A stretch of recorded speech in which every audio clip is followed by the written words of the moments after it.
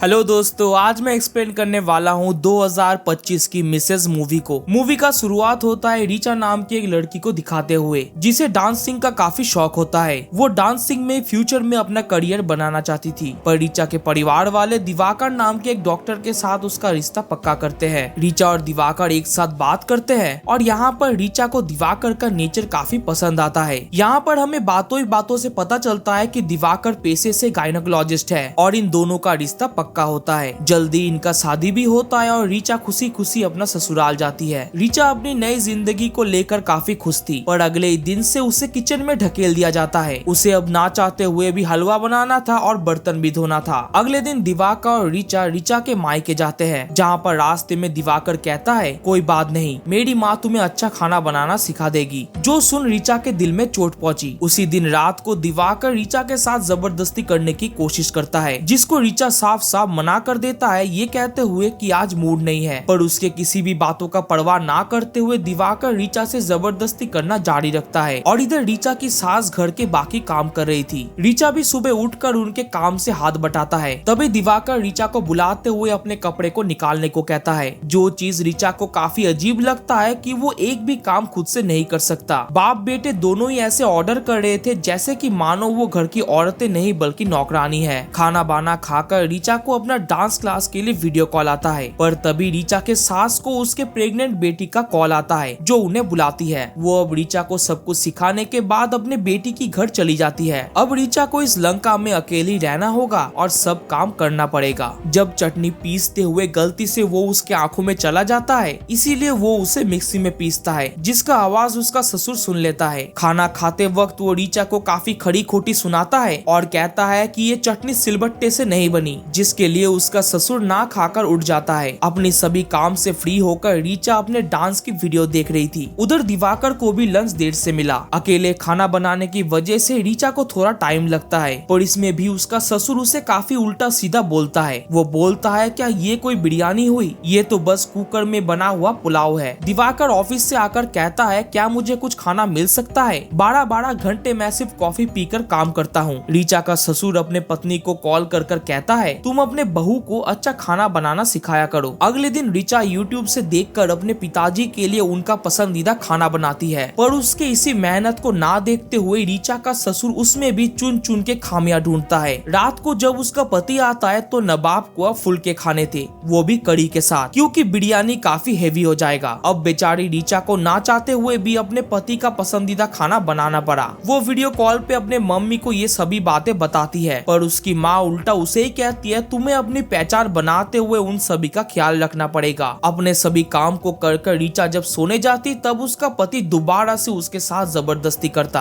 अगले दिन किचन में काम करते हुए रीचा पाती है किचन के सिंक के नीचे का पाइप टूट चुका है। वो अपने पति को इसके बारे में बताता है, पर वो इस पे गौर नहीं करता। रीचा फिर उसे अपने डांस रिहर्सल के बारे में बताता है, पर इसको भी दिवाकर गौर नहीं करता। अगले दिन रीचा को पीरियड्स हो चुका था, इसीलिए दिवाकर उसे कुछ दिन के लिए किचन में जाने को मना करता है और अपने हॉस्पिटल से एक मेड को बुला देता है। रीचा मेड से कोई दूसरे काम करने वाली बाई के बारे में पूछता है, पर मेड रीचा के मुंह पे ही मना कर देता है, क्योंकि कोई भी आपके घर में काम करना नहीं चाहता, क्योंकि आपके घर वाले हर चीज में खामियां ढूंढते हैं। रीचा को अब लगने लगा था कि वो कैसे अपने डांस टीचर बनने के सपने को पूरा कर पाएगी, पर हार मान के बैठे ना रहकर रीचा अपने सपनों के पीछे दौड़ती है। वो डांस टीचर के लिए अप्लाई कर देती है और जैसे ही उसका पीरियड्स खत्म होता है, वो इस चीज को अपने पति और ससुर से कहती है, जो रीचा के सपने से काफी नाखुश थे। वो कहते हैं, ये सब काम हमारे फैमिली के बैकग्राउंड में सूट नहीं करता। अगले दिन उनके घर में कई सारे रिश्तेदार आते हैं और उनके आने के साथ ही खाने का फरमान शुरू हो जाता है। किसी को चाय, किसी को कॉफी और किसी को नींबू पानी चाहिए था। रीचा एक एक करके सभी के डिमांडों को फुलफिल करती है और इसके बदले में उसे क्या मिलता है? खामियां। वो लोग रीचा के परिवार वालों की तरह हर चीजों से खामियां निकालते हैं। अगले दिन रीचा 5 बजे उठकर सबसे पहले अपना काम खत्म करता है। फिर वो अपने जॉब के इंटरव्यू के लिए जाने लगी। जाने से पहले ही उसका ससुर उसे रोकता है और कहता है, तुम्हारे सासू माँ ने भी पीएचडी किया है, लेकिन उन्होंने अपने फैमिली को सबसे पहले रखा। रीचा का दिल पूरी तरीके से चकनाचूर हो गया। उसके आंखों का सपना उसके सामने टूट गया। मन हल्का करने के लिए बाद में वो अपने पति के साथ अपने दोस्त के घर जाता है। रीचा के दोस्त का पति काफी सपोर्टिव था, जिससे दिवाकर चिढ़ने लगा और अपने मुंह पे आने वाली हर एक गंदी गंदी चीजें रीचा को कह डाला। लेकिन रीचा अपने चुप्पी को तोड़ता है और दिवाकर के मुंह पे कह डालता है, तुम लोगों को हर चीज मुंह के सामने चाहिए और मैं क्या हूँ तुम लोगों के लिए तुम्हारी पर्सनल काम वाली बाई। जो सुनकर दिवाकर और भी ज्यादा गुस्सा हो जाता है और रीचा से बात करना बंद कर देता है। रीचा उसे काफी मनाती है पर वो मानता नहीं। पर आगे वो रीचा कोई उससे माफी मांगने को कहता है, जिससे रीचा के मन में दोबारा से कई सारे क्वेश्चंस पैदा होता है। अगले दिन फिर से दिवाकर रीचा के साथ जबरदस्ती करता है पर रीचा उसे हटा देती है और कहती है, तुम हमेशा ही मनमानी करते हो, क्या कभी सोचे हो कि मैं कैसा फील करता हूँ। दिवाकर अब गंदी भाषा से रीचा से कहता है, अच्छा तो क्या तुम्हें अपने डिजायर पूरे करने का एक्सपीरियंस है। ये बोलकर वो चला जाता है। पर अब रीचा ठान लेती है कि वो अब चुप नहीं बैठेगी। आगे करवा चौथ के दिन घर में बुआ जी आते हैं। वो आने के साथ ही रीचा को टोंट मारते हैं कि घर को साफ सुथरा रखने से घर में बरकत आता है। रीचा कहती है, मुझे घर के कामों के साथ डांस करना भी पसंद है और अपना डांस का क्लिप दिखाती है। अब करवा चौथ का समय था। उसका पति उससे कहता है, तुम गलती से कुछ मत खा लेना, तुम्हें किचन में काम करते हुए खाना खाने की आदत है। जो सुनकर रीचा बिल्कुल चुप। दिवाकर अब रीचा का फोन लाता है और वहाँ से अपने सभी डांस वीडियो को डिलीट करने को कहता है। लेकिन रीचा इसका विरोध करती है और कहती है, अगर मैं डिलीट नहीं किया तो तुम क्या करोगे। ऐसे करते करते समय बीतता है और आज रीचा के ससुर का जन्मदिन था। घर में काफी लोग आए हुए थे और उन सभी के खाना खाने का जिम्मेदारी रीचा पर था। नाच गाना शुरू होता है और लोग फिर से सिकंजी मांगते हैं। तब वो आदमी रीचा का डांस स्टेप करता है, जिससे दिवाकर गुस्से में रीचा से आकर कहता है, मैंने तुम्हें कब का कहा था कि अपने सभी डांस वीडियो को डिलीट करो और ये सिकंजी कब तक मिलेगा। रीचा का सब्र का बांध अब टूट चुका था। मन ही मन गुस्सा लेकर वो सभी को सिकंजी देती है। आगे जब दिवाकर और उसका पिता रीचा को कन्फ्रंट करते हैं तब रीचा पूरे सिकंजी को दिवाकर पे फेंक कर चली जाती है। रीचा के माँ ने भी उसे रोकने की कोशिश की, ये कहते हुए कि इतनी छोटी छोटी बातों पे गुस्सा नहीं करते। जो सुनकर रीचा और भी ज्यादा गुस्सा हो जाती है और अपने कमरे में चली जाती है।